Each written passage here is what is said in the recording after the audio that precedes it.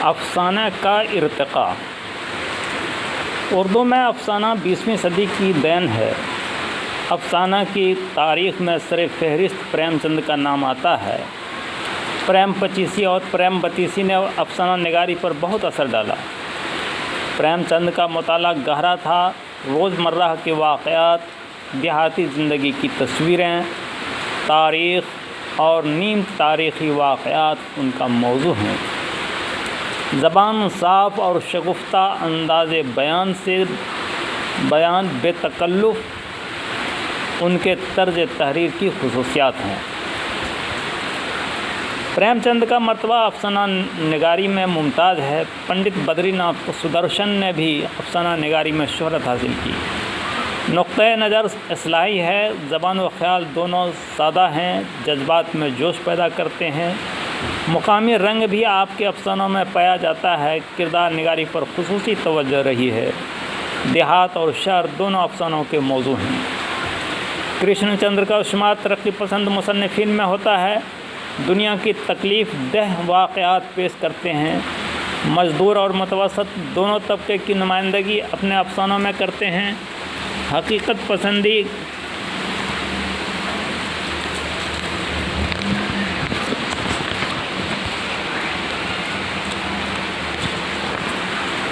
حقیقت پسندی کرشن چندر کا شعار ہے۔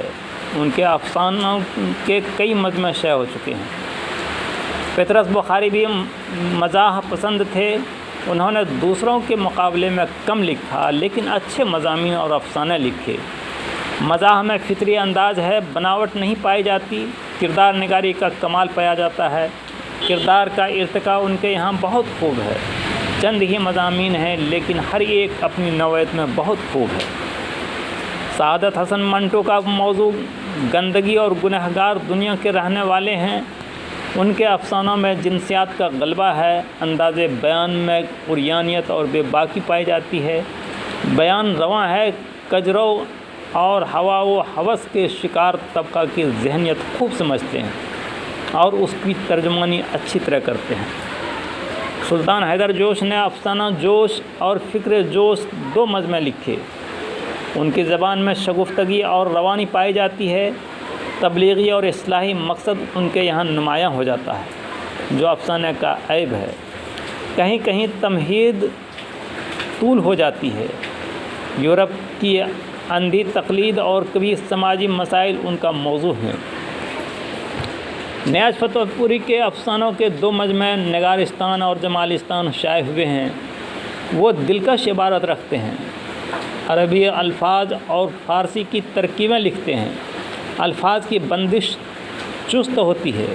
ان کے افسانے کی امتیازی خصوصیت کردار نگاری ہے۔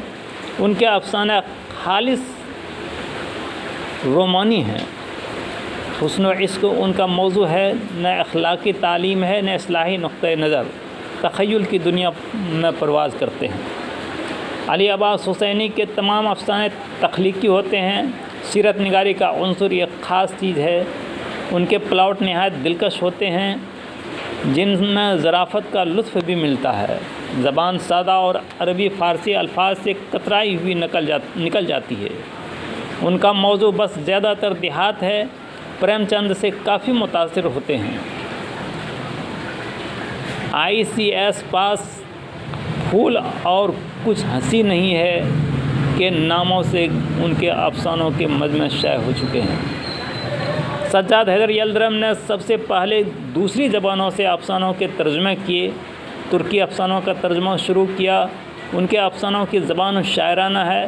نفسیاتی تجزیہ ان کے افسانوں کی جان ہے۔ انگریزی افسانوں کا ترجمہ بھی کیا۔ ان کے دو مجموعے شائع ہوئے۔ مردوں کے دوش بدوش افسانہ نگاری میں عصمت چغتائی بھی ممتاز ہو چکی ہیں۔ ان کا رجحان اشتراکیت کی طرف ہے۔ عبارت صاف سادہ رواں ہوتی ہے۔ طنز اور مزاح دونوں ان کے یہاں ملتے ہیں۔ کہیں کہیں بے باکی عریانیت بھی پائی جاتی ہے۔ ان کا شمار ترقی پسند افسانہ نگاروں میں ہوتا ہے۔ عظیم بیگ چغتائی بھی مزاحیہ افسانہ نگار ہیں اور مزاح کو اصلاح کا ذریعہ بناتے ہیں۔ پلاٹ بڑے دلکش ہوتے ہیں۔ شریر بیوی اور کولتار ان کے بہترین افسانے ہیں۔ زبان اور محاورے پر ان کی نظر نہیں رہتی ہے، عام رسم و رواج پر ان کے افسانے کی بنیاد ہے۔ رشید احمد صدیقی اردو کے بہترین اور بلند پایہ مزاح نگار ہیں۔ طنز و ظرافت میں شگفتگی اور ستھرا پن پایا جاتا ہے۔ ان کے لطیف اشارے قاری کے ذہن میں کھلبلی پیدا کر دیتے ہیں، اشاروں میں تنقید کا حق ادا کرتے ہیں۔ ان کے مفہوم تک رسائی حاصل کرنے کے لیے قاری کو اپنی سطح بلند کرنی پڑتی ہے، ہر شخص ان کے مفہوم تک نہیں پہنچ سکتا۔ ان کے علاوہ شوکت تھانوی، راجندر سنگھ بیدی، کنہیا لال کپور، اختر رائے پوری، حسن عسکری، ممتاز خواجہ، احمد عباس، غلام عباس، حجاب امتیاز علی تاج، فرحت اللہ بیگ وغیرہ اچھے افسانہ نگار ہیں۔